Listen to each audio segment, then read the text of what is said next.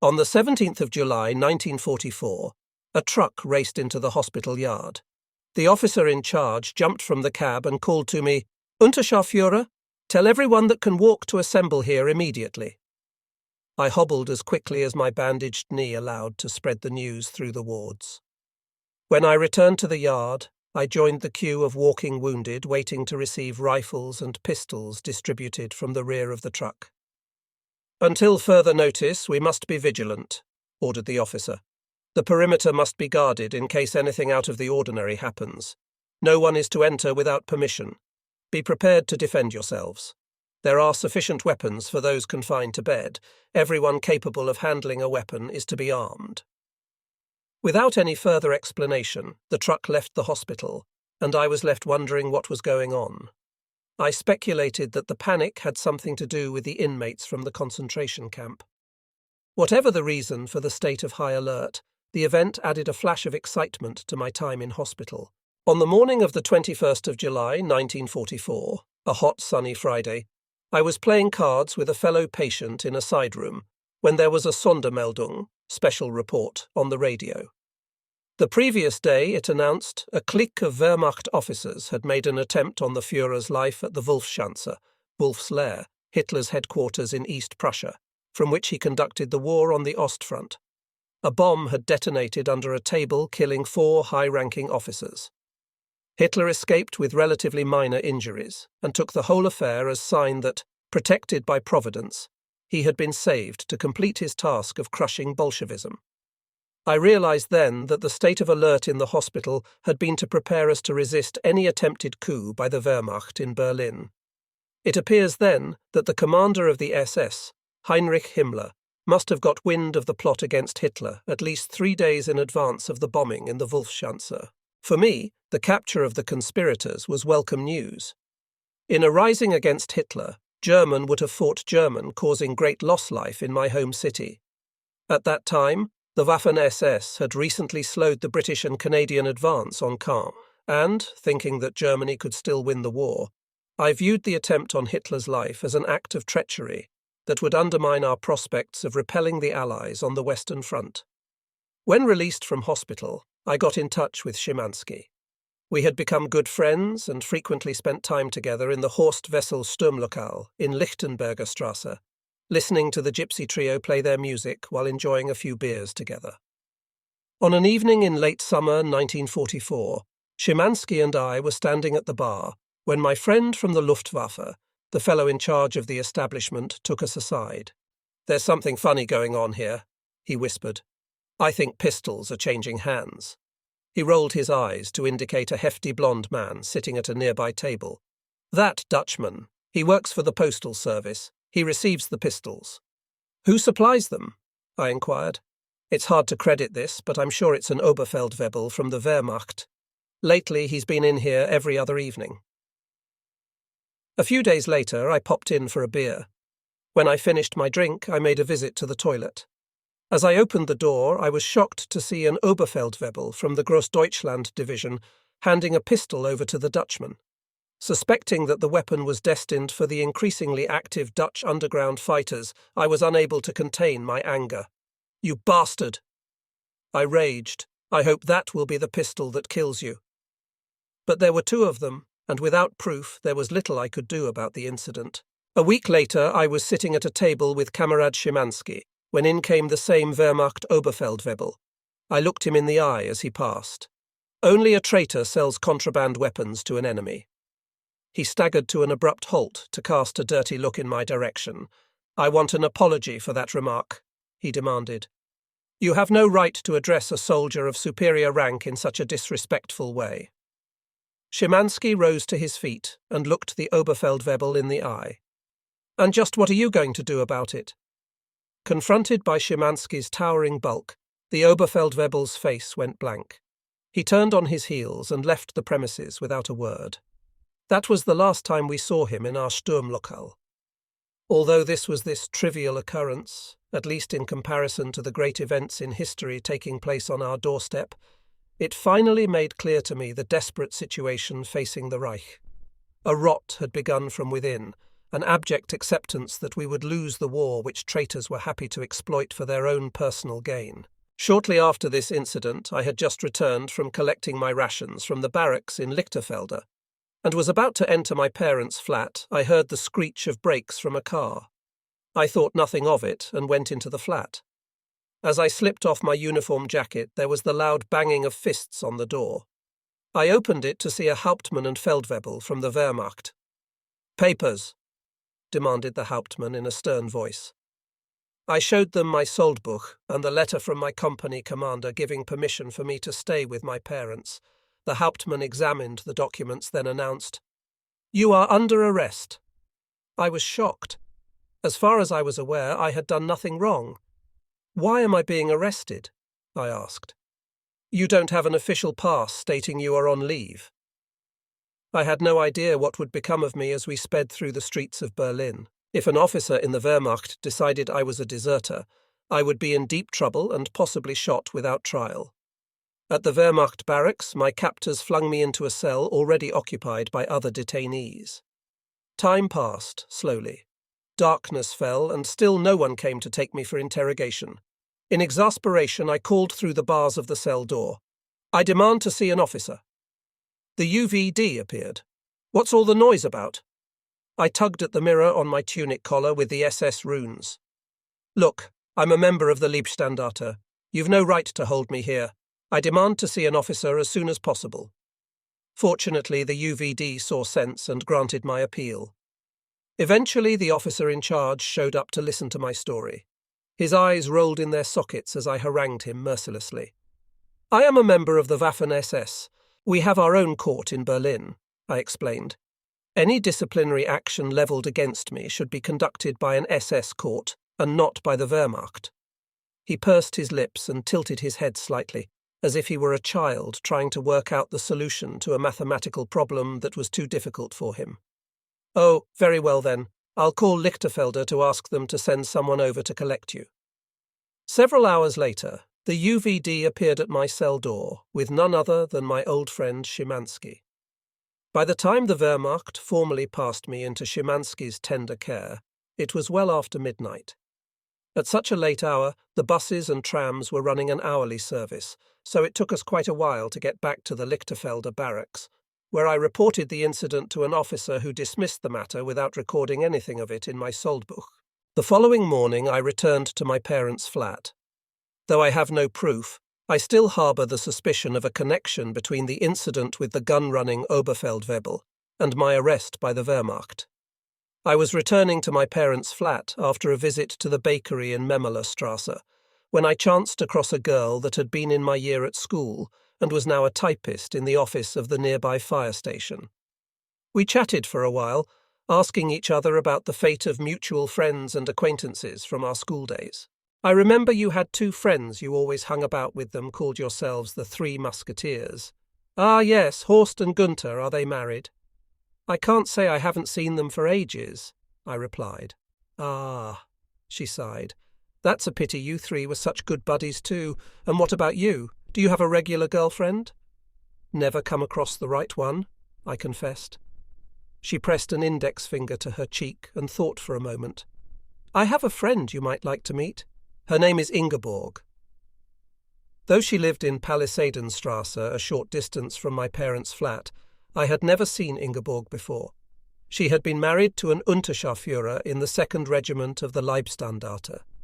He had fallen as a hero in Russia, leaving her with a 6-month-old baby daughter that he had seen only in snaps sent to him while he served on the Ostfront, a situation that was at this stage of the war far from uncommon. She was everything I could have hoped for, attractive, intelligent, and considerate, and her eyes, their sparkling blueness, shone through the despair that war had heaped upon her.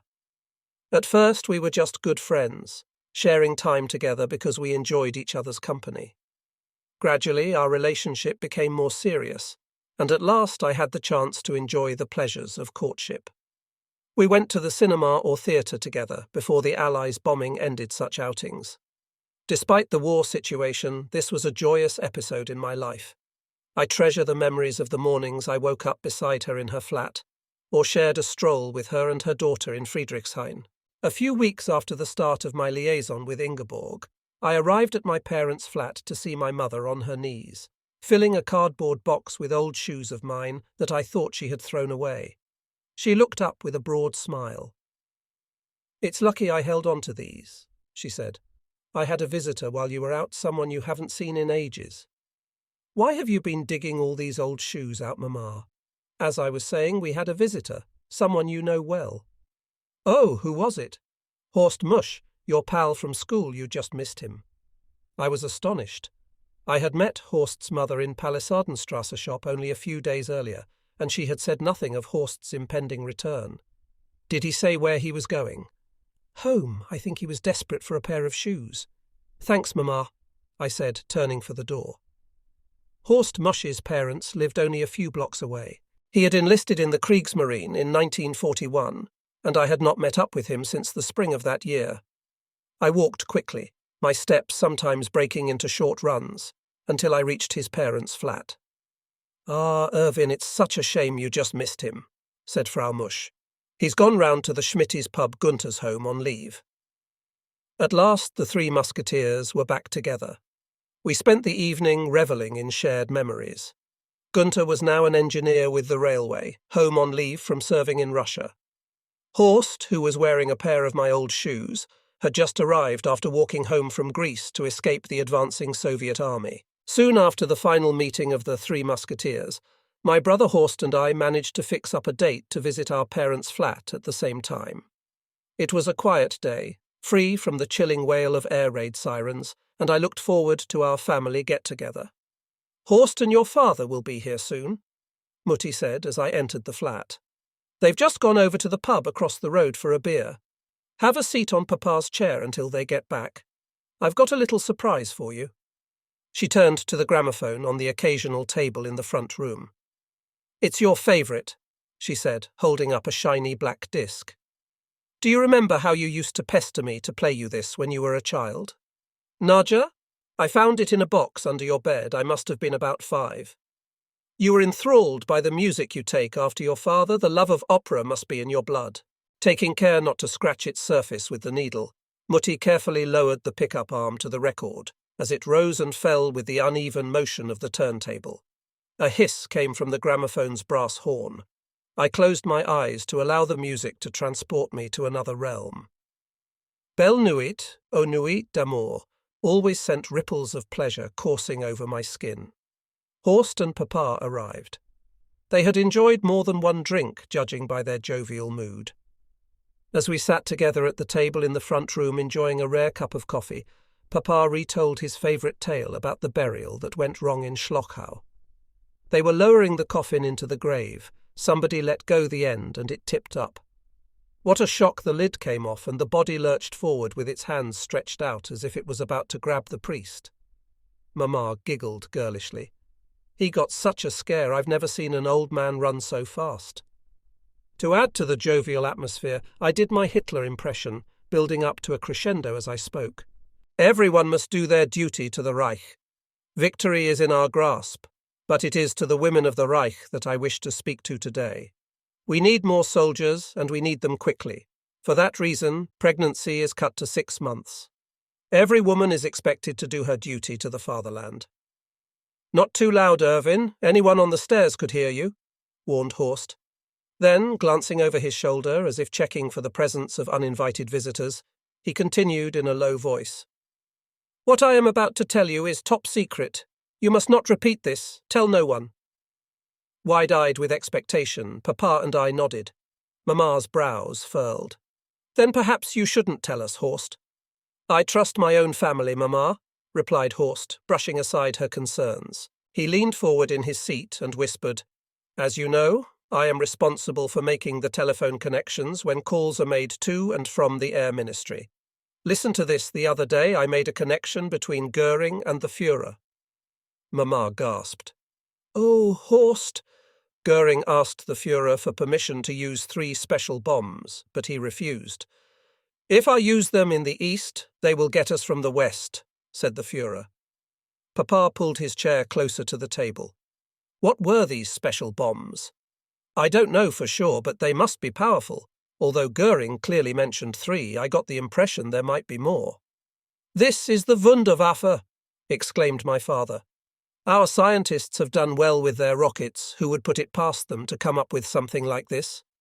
It would really surprise the British if they put one of these special bombs in a rocket." Towards the end of November 1944, I took up duties as an instructor with a heavy machine gun training company attached to the Leibstandarte Ausbildung und Ersatzbataillon, Training and Replacement Battalion, based around Spreenhagen, the same training company I had volunteered to help earlier in the year when having a leg infection treated.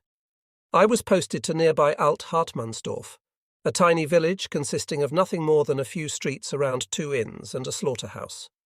One of the inns, nicknamed the Drei Madelhaus, 3 Maidens, because the woman who ran the establishment had 3 daughters, stood at the end of the main street. With a hall boasting a raised stage, the Drei Madelhaus had been popular amongst Berliners as a venue for wedding receptions and family parties. A second inn was located in the centre of the village, on a street corner opposite the slaughterhouse where our field kitchens stood in the yard. The company leader was a young officer about my age, Untersturmführer Schenk. He took up quarters in a large private house, but always ate his meals in the company of the instructors at the inn opposite the slaughterhouse. I shared a billet with a fellow Unterscharführer in the house of a local farmer who treated him as if he were a long-lost Joseph, newly found. He worked in the company office and somehow managed to supply our hosts with little gifts of cake or wine, but they looked at me with different eyes, making it very clear that I was not a welcome guest. They even filed a false complaint against me for messing the outside toilet during a party in the run-up to Christmas. Hardly a pleasant word passed between us, and despite the onset of winter, I was always relieved to get out of that house in the morning. The accommodation provided for the recruits, mostly young lads of 16 or 17, was rather more primitive.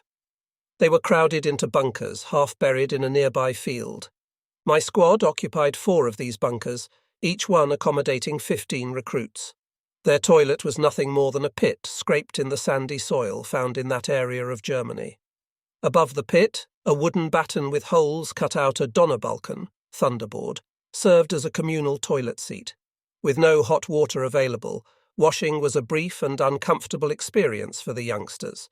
To enable them to bathe properly, I took them to the nearby Oderspree Canal when weather conditions allowed.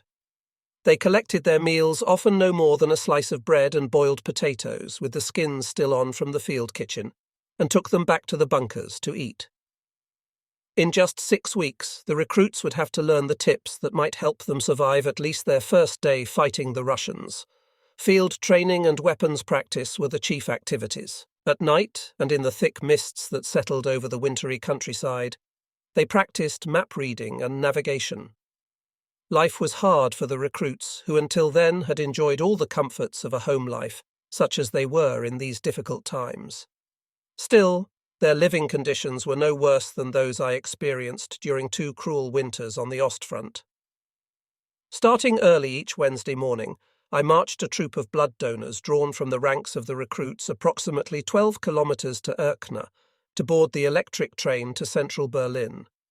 Because each donor received a generous portion of salami and a bottle of red wine, there was never a shortage of volunteers. After arriving at the SS surgical unit on Unter den Eichen before noon, I left them in the hands of the attractive nurses, many of whom were Scandinavian volunteers. With only a couple of bays where the nurses collected blood, it took the whole afternoon to process my squad. This allowed time for me to visit my parents' flat in Strausberger Strasse before returning to pick up the blood donors in the evening. One day, after dropping off a squad of blood donors in a miserable winter drizzle, I was about to enter the close of my parents' flat when a tapping on glass attracted my attention. The younger daughter of the Jewish family that lived next door was at the window of her flat, her face ghostly white against the black interior. I pointed to my chest. She nodded, pointed downward, then disappeared from view. I went into the close, out of sight of passers-by, to wait for her. The hurried steps of dainty feet followed the metallic click of a door latch echoing down the stairwell. When she came into sight, she hesitated on the final flight of steps.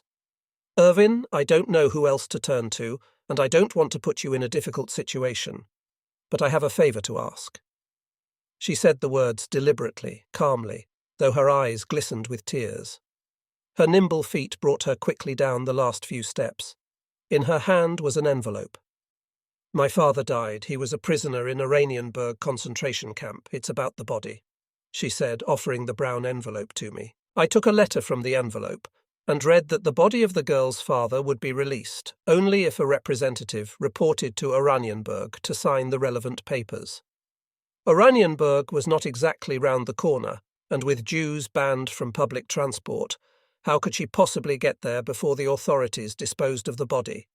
You're the only one who can help us, Irvin. I'll come straight to the point. Would you sign the papers on our family's behalf?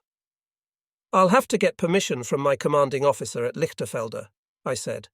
I can't promise he will allow me to do this for you. For a moment I thought she would embrace me, but that would have violated the etiquette of the times. We both realized that. Her eyelids lowered over her deep brown eyes. She sighed deeply and said, "Thank you, Irvin. That's a great comfort to me." Although the Jewish girl remained in the next-door flat with her sister and mother until at least January 1945, this was the last time I saw her. I left my parents' flat early to allow time to travel to Lichterfelde to obtain the necessary letter of permission, which my commanding officer wrote without comment.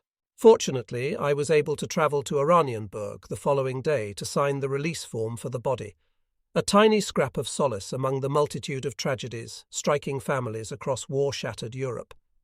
Since I never saw her again, I can only hope that girl somehow managed to get to Oranienburg in time to arrange her father's burial in the nearby Jewish graveyard.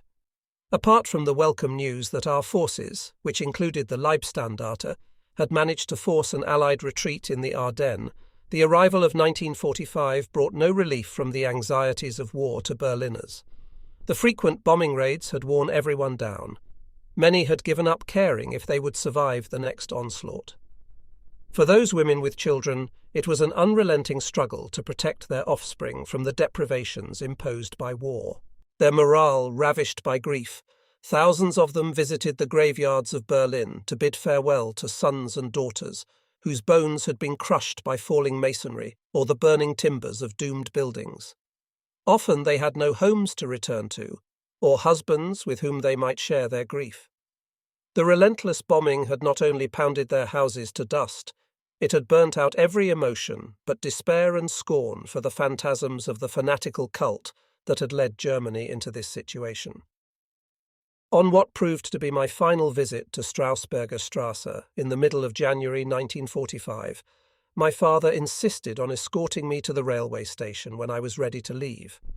With a parent's instinct, he had foreseen the danger that confronted us on Grosse Frankfurter Strasse, where a crowd seemed to form from nowhere. At first, they simply stared at me as if the calamity that had descended upon them was entirely my fault. Then a stone cracked against the wall a few meters in front of me, another stuck even closer, just missing my head. The situation threatened to boil over into an outright attack. As my father remonstrated with the attackers, I clasped my loaded pistol inside my uniform jacket, ready to fire into the air. To feel the wrath of my fellow citizens was an extraordinarily harrowing experience for me. But it was not without good reason that they felt the need to vent their hatred of the Nazi regime. The British and American armies had broken our counterattack in the Ardennes, and every day brought them closer to the Rhine. Disturbing accounts of rape and brutal mutilation recounted by refugees fleeing East Prussia were spreading like wildfire, and Allied bombers flew over Berlin day in, day out. The Third Reich was on its knees. Bearing the name Adolf Hitler on the cuff band of my tunic, they saw me as the personification of everything they detested. The days when people would go out of their way to curry favour with any member of the Leibstandarte had come to a bitter end. On the bare twigs of a stand of young birch, a shower had left beads of water dangling precariously in the light breeze, each one a jewel shimmering with the colours of the rainbow in the crisp winter sunshine. It was Saturday morning, the first Saturday in February, mild for the time of year. Ingeborg had arranged for a babysitter to look after her daughter, and I was looking forward to her visit as I led my platoon of recruits back towards Alt-Hartmannsdorf. They were in good spirits, singing soldiers' songs until a startled cry killed the melody and brought them to an abrupt halt. A recruit pointed in the direction of Berlin. Unterscharführer, look. I shaded my eyes from the sun. A dark cloud hovered over our capital city. There must be 1,000 of them, groaned the recruit. The silence of despair fell over my squad. As we approached Alt-Hartmannsdorf an hour later, the last of the American B-17 bombers had turned for home.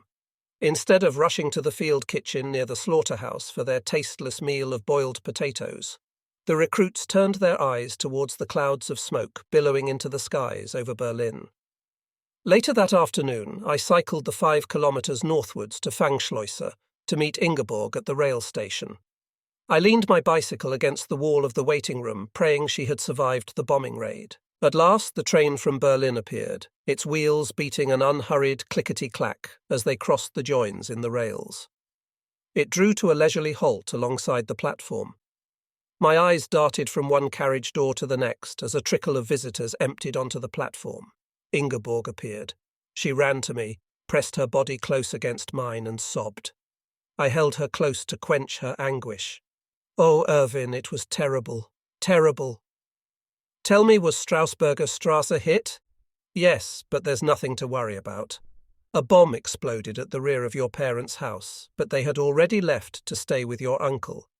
A fire brigade officer said they would make it wind and rainproof with a tarpaulin. I saw the planes when we were on a training exercise. It must have been terrifying in Berlin.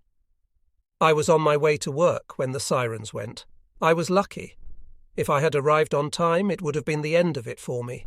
The building took a direct hit. It was completely destroyed. Where did you go? To the public shelter at Schlesischer Bahnhof, she said amidst a fresh flood of tears. I met Frau Müller just before I left. She was beside herself with grief. The police had told her to go to the girls' school in Neuenburger Strasse to identify her daughter's body. The blast from the bombs stripped the girls naked, she said, more than 100 of them. Some of them had been torn limb from limb and were unrecognizable. Saying goodbye to Ingeborg that evening was hard to bear. She leant from the open window of the carriage, waving until the curve of the track took her out of sight. I returned her wave and continued to watch as the train shrank into the distance.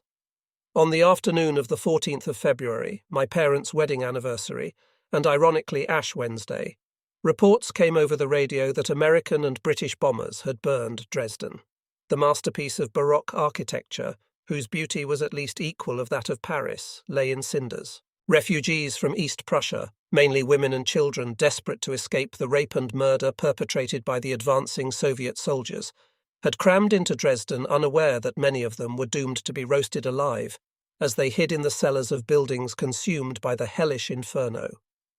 On Monday, the 26th of February, the American bombers turned their attention back to Berlin with merciless ferocity. With the centre of the city already a heap of rubble, it was inevitable that the bombers would extend their path of destruction farther to the east, towards the Friedrichshain district where my parents and Ingeborg lived. 2 days after the bombing, black smoke still poured into the skies. Surely now there was nothing left to burn. It was with a heart full of trepidation that I waited for Ingeborg's visit the following Saturday. Until then, I threw myself with all possible vigour into training the recruits who had divided themselves into those whose fanaticism had been inflamed by the bombing, and those who showed all the signs of despondency. Winter returned with the beginning of March. An icy breeze swept the platform at the Fangschleuse halt. Exactly on time, the train from Berlin trundled into view. I stood on the edge of the platform, peering into the slowing carriages for the first glimpse of Ingeborg. She gave a little wave of her hand. I ran alongside until the train came to a halt, then opened the carriage door. "Your parents are fine, Erwin," she said as she stepped from the carriage. "Their flat was destroyed, but they were already in an air raid shelter. They've returned to your father's uncle in the meantime. Memoirs Bahnhof took a direct hit. Hundreds were in there at the time. Bombs are still going off without warning. Time delay fuses.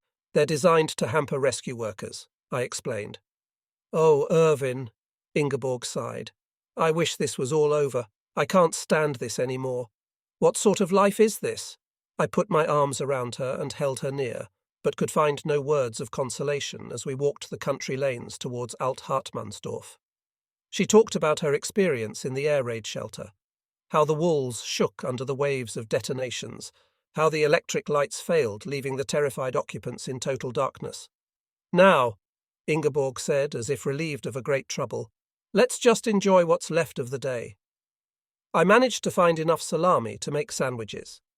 In the winter sunshine, we ate our picnic in the graveyard at Alt-Hartmannsdorf, amongst the dead. She smiled once or twice, which was enough to lift my spirits. All too soon, it was time for her to return to Berlin. There was a hard lump in my throat as the train left the platform. Somehow, I knew I would never see Ingeborg and her daughter again. The Ausbildung und Ersatzbataillon was incorporated into Regiment Falk. A fresh batch of recruits arrived, all members of the Hitlerjugend. Oh, they knew it all, or at least thought they did. For them it was all, hooray, we'll win the war for Hitler, Sieg Heil. None of them showed the least desire to participate in the training exercises that might soon save their lives. Well, they came to the right place to have their arses kicked into shape. At 2 o'clock on a rain-soaked morning, I pulled them out of their beds for marching in full kit. As we made our way along a forest track, there were the usual complaints, but one of the Hitlerjugend lads overstepped the mark. "Nobody gets me out of bed for nothing. I tell you, he'll be the first to get it," said a boy at the front of the group without realizing I was within earshot. I caught up with the cocky youngster, grabbed him by the shoulder and swung him round to face me. Before he could utter a word, I screwed the cloth of his camouflage jacket with my left hand at his chest. The fist of my right hand, filled with live rifle ammunition, thrust at his chin.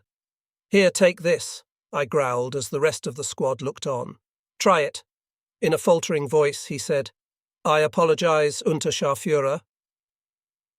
I often spent the evenings at the Drei Meidl house, in the company of my fellow instructors, chatting or playing cards.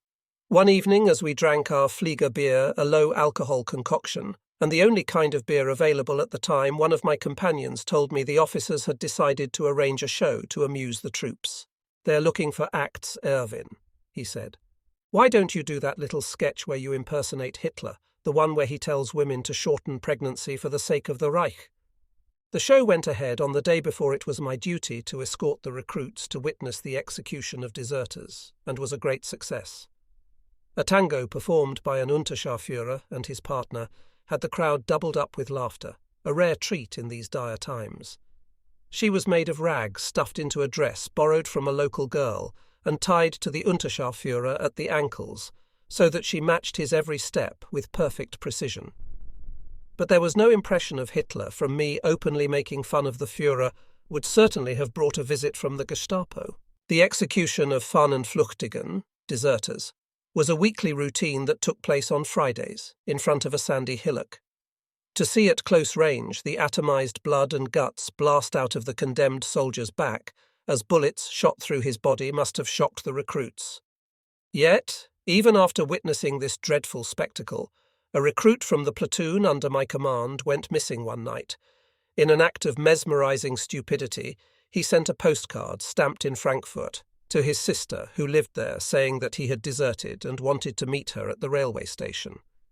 The vigilance of the postman was the young man's downfall. As he was about to put the card through the sister's letterbox, he read the message and immediately alerted the police, who arrested the sender as he waited on the platform. On his return to Spreenhagen, he received the inevitable and inescapable sentence of death from an SS court-martial. The following Friday evening at 6 p.m, he faced his executioners. "God bless Germany," he said stoically as awaited his fate.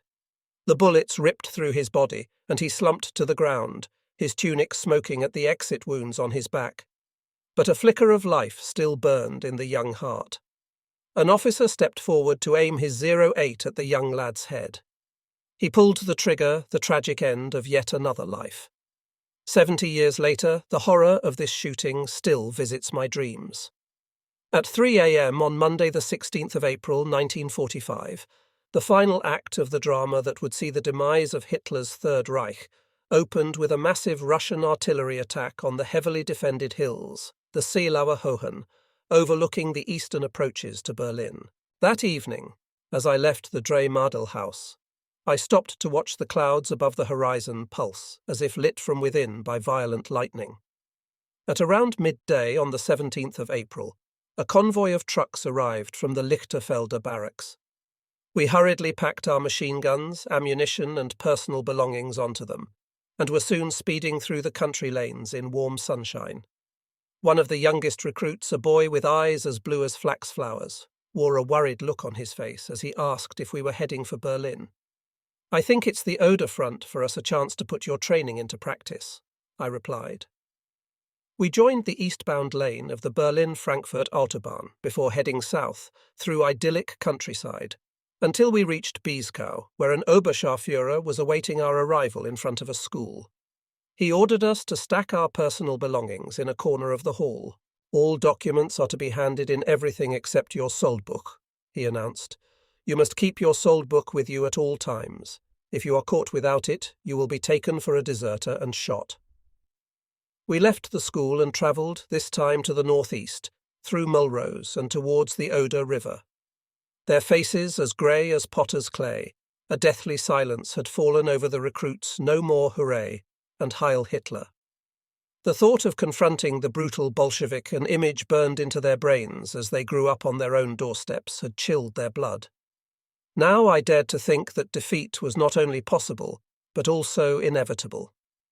By late afternoon, our 12 machine gun crews were settling into prepared positions at the edge of a wood on top of a hill overlooking the Frankfurt-Mulrose road.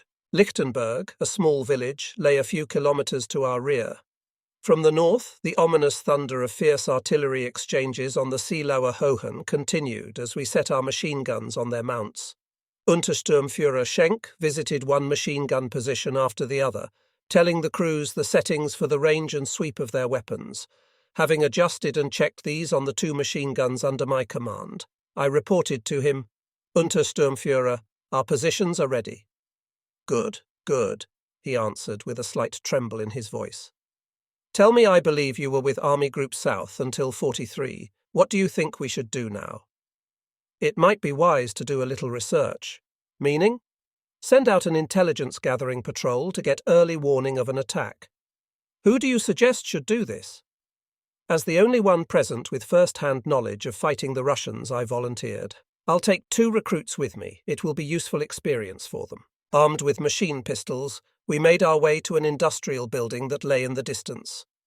Although it appeared completely deserted, we approached it with the utmost caution and made our way to a door at the side. "Cover the entrance," I whispered to my young Kameraden.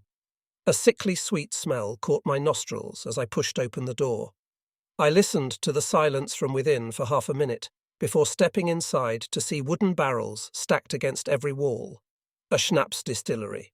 One of the recruits banged the side of a barrel with a clenched fist. "They're full," he said. "Should we take some back for our Kameraden?" "Just a little," I replied. The last thing I wanted was for the youngsters under my command drink to themselves silly, but a little treat might cheer them up. I kept a lookout while the 2 recruits found an empty pail of the sort used to store jam in these days. "Fill it and then empty the barrels," I ordered. "Unterscharführer Bartmann, the schnapps must be worth thousands of marks. It seems a pity to throw it all away." "Don't argue with the Usha," scolded the other recruit. "I've heard refugees from East Prussia tell how the Russian hordes behave when they overrun our towns and villages. They go wild on plundered alcohol. Do you want your mother and sisters raped and murdered by the drunken thugs?" I moved along the rows of barrels, opening the taps as I went. The 2 youngsters followed my example, and soon the amber contents of every barrel was pissing onto the floor, forming expanding puddles whose advancing rims found their way to the drains. We returned to our lines with the pail of schnapps. I reported our findings to our youthful Untersturmführer, who seemed relieved to know that there was no imminent Russian attack. Under my advice, he ordered the liquor in the pail to be diluted before offering a single mouthful to anyone who wished it. Most of the recruits, little more than boys, had never drunk strong spirits before, and only a few of my squad took up this offer.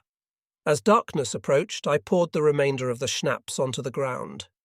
Throughout that night, a heavy artillery bombardment shook the earth. Every young face bore the furrow lines of fear. "Don't worry," I assured them. "The detonations are too far away to do us any mischief.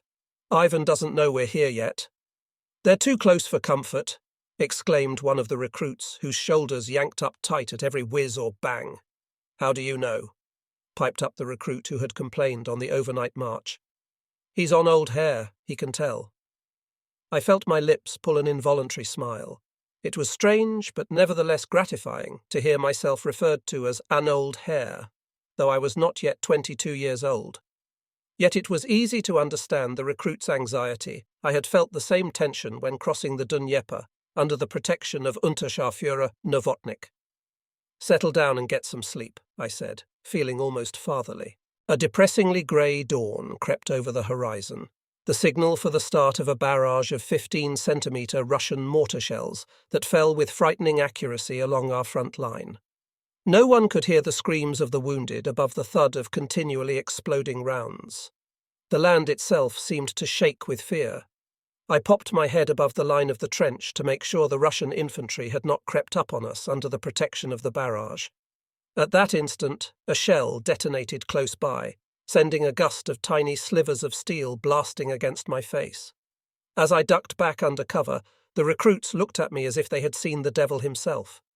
Only then did I notice the warm rivulets of blood trickling down my cheeks. Once again my guardian angel was at my side. None of the little steel needles had found my eyes, and those that were embedded in my skin were easily plucked out. As the bombardment waned, German steel helmets appeared above the lines of our trenches. Someone close by was shouting, swearing, as he pointed in the direction of the Frankfurt-Mulrose road. A squadron of Russian T-34 tanks was heading south. I raised my binoculars. The image that loomed into focus sickened me to the pit of my stomach.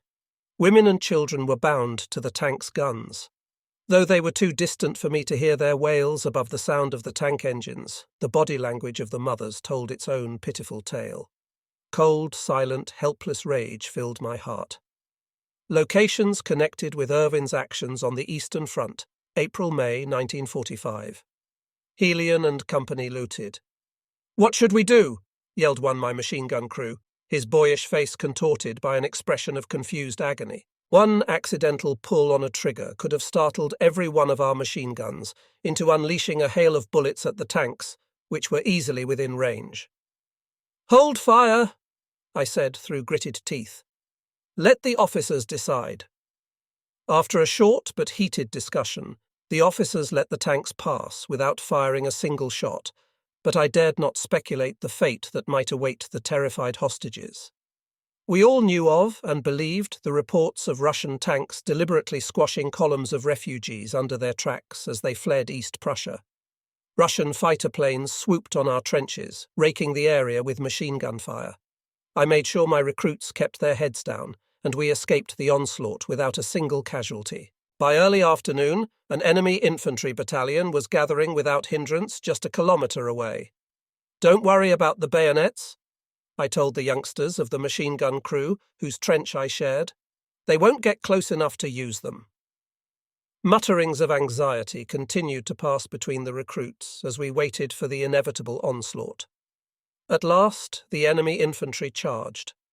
Our machine guns unleashed a storm of bullets into their killing zone, scything through wave after wave of brown uniforms. The two crews directly under my command performed well, and we managed to hold back the attack on our sector of the defence line. My experience on the Ostfront enabled me to keep our losses to just 2 men. One of these we buried in the Friedhof in Lichtenberg, the other, a handsome young chap, I buried with the help of 2 Kameraden, close to where he fell. The next Russian attack was more determined. They had found a gap in our lines, and Untersturmführer Gessner's infantry platoon left the cover of the woods to set off down the hill, ahead of our machine gun positions, with the aim of throwing back the enemy attack.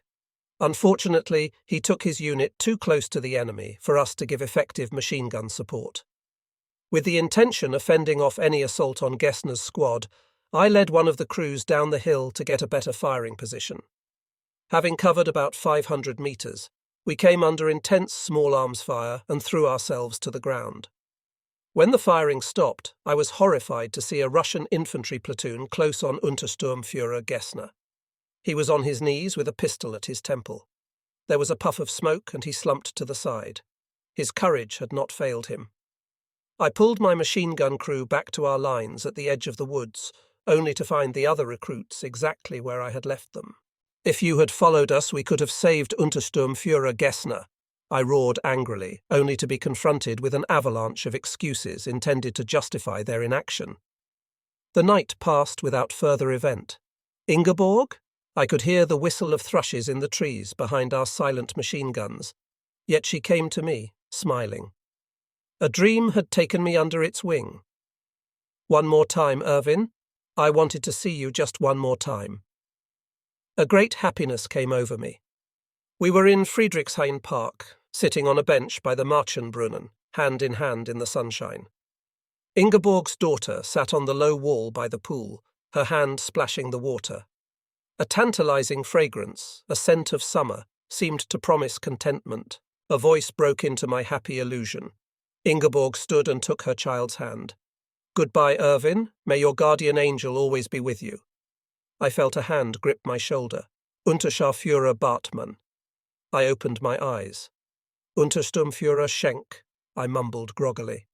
The precious, illusory moments with Ingeborg melted into eternity. The feeling of happiness that had accompanied my dream gave way to a sickening melancholy. What do you think will happen next? I gathered my thoughts. They can't shift us with an infantry assault alone. They'll hit us with artillery or tanks as soon as they get organised. Then their infantry will come at us again. As I swigged at my water bottle to freshen my dry mouth, the air whistled and the earth shuddered under the mighty thud of a large caliber artillery shell exploding in the woods just behind our lines. "They're finding the range. Keep your heads down," I warned my young kameraden. Soon we were helpless under a hail of shells so intense the individual detonations merged into a continuous, deafening thunder. The air, reeking of burnt cordite, rasped at the back of my throat. Then silence, a moment of peace that was soon obliterated by the wild howling of Russian infantry. "Ura! Ura!" A chant from hell, sung by vengeful devils. "God save us, there are thousands of them!" a recruit exclaimed. Uttering a brr like a gang of chainsaws working in a forest, our machine guns cut into the charging Russians, but still they closed on our lines. "Usha, the barrels are overheating. Keep firing!" Wave upon wave of enemy infantry threw themselves against the storm of bullets that at last broke their attack. Amongst the heaps of Russian bodies, there were isolated movements and cries for help. Despite intermittent fire from our lines, the Russians made every effort to retrieve their wounded and dead comrades. At around 3 a.m. the following morning, the Führer's birthday, and a cold start to a wet day, the Russians attacked with renewed vigour and on a wide front. Once more we inflicted heavy losses, and managed to repel the attack. It would have been murderous chaos if they had managed to get amongst us while it was still dark. A second attack followed at about 6 a.m.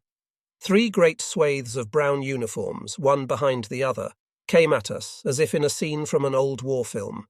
The first row threw themselves to the ground. Behind them the second row knelt, and behind these stood the third row. The air around our attackers turned white with gunsmoke as each row fired, one after the other. We replied with a tempest of machine gun fire, the barrels of our weapons smoking as we emptied belt after belt of ammunition without pause. In the Russian ranks, men fell as if suddenly transfigured into rag dolls.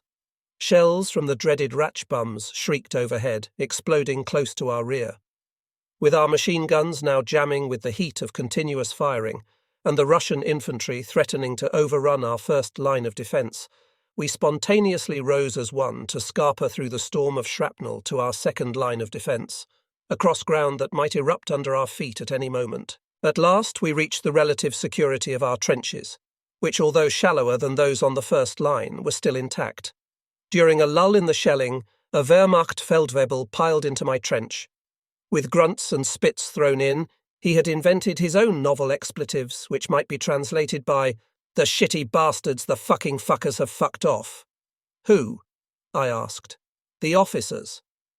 Overcome with fury, I joined in the cursing. The shits, backboneless shits, I take recruits to witness the execution of deserters. And now they do this, the fucking arseholes. That's a bitter pill for them to swallow, hissed the Feldwebel. Now all that remained was a desperate band consisting of anyone able to handle a weapon, abandoned Wehrmacht personnel, old men pressed into service as Volkssturm combatants, and boys of the Hitlerjugend determined to make a name for themselves. Words cannot describe that theatre of chaos. In an attempt to restore some sense of order, the few remaining Wehrmacht Feldwebels and I took command of the ragged survivors. Suddenly, though only an Unterscharführer, I found myself acting as company leader with the fate of about 80 men and boys in my hands. Throughout the night, the Russians pressed home an attack in heavy rain, but despite our inferior numbers and heavy losses, we managed to hold our ground. Sleeping was utterly impossible because of the continual skirmishing, and there was no food except for our meagre iron rations. Every one of us was close to the point of collapse. Then, as dawn broke, the bitterest news imaginable filtered through. A large concentration of Seydlitz troops, German soldiers who had deserted to the Russian side, was attacking our positions. Under constant fire, we pulled back to the third and last set of defence trenches. At about only a metre deep, they offered minimal cover, but had foxholes positioned at intervals to offer extra protection. Panzerfaust anti-tank weapons were distributed as Russian dive bombers joined the attack. Bombs whistled to the earth, striking with frightening accuracy. As I cowered in my foxhole, the horrifying thought came to me that if a bomb struck nearby, I would be buried alive. Suddenly, I relearned the art of prayer. At last, the bombers left the skies, but this was no respite from the fighting. The grunts of approaching tanks filled the lull in the cacophony of combat. I ventured a glimpse over the crest of my trench. A stand of birch at about 300 metres quivered as their silvery trunks groaned and splintered. A Joseph Stalin burst into view.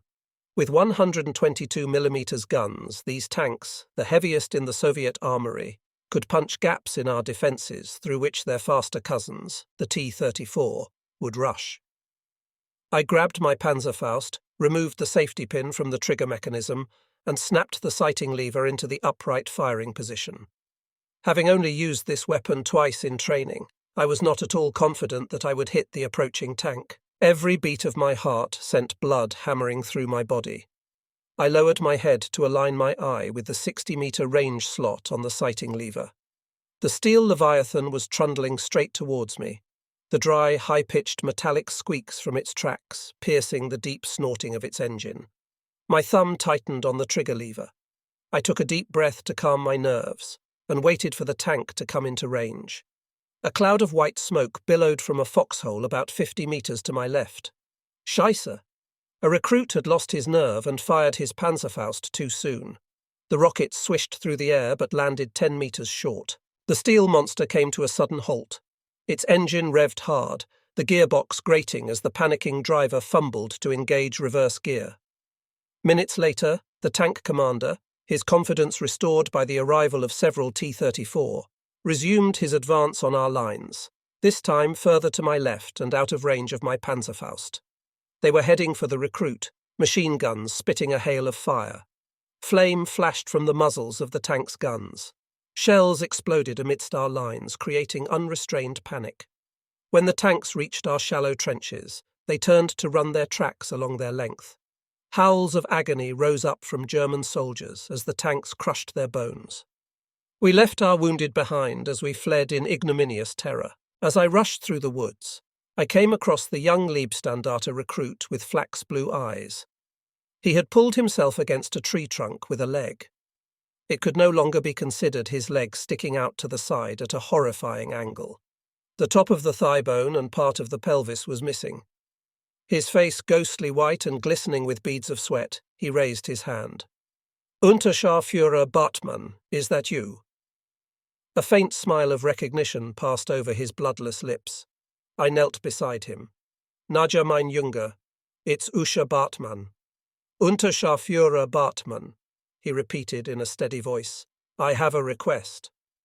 Even before the words left his lips, I knew what the young man would ask of me. My stomach churned. Tears threatened to spill from the lower rims of his eyes as his young life ebbed away. Please, shoot me. My shaking fingers undid the button on my pistol holster. Steeling my nerves, I wrapped my hand around the butt of the weapon, but it was impossible to draw it free. Though it would have been an act of blessed mercy, I could not bring myself to kill the brave youngster. Around me, there was the rush of hunted men hurrying through the undergrowth. The last of our defence line was fleeing for their lives. I wiped the recruit's brow with a field dressing and left him leaning against the tree, praying he would die quietly from blood loss before the Russians came upon him.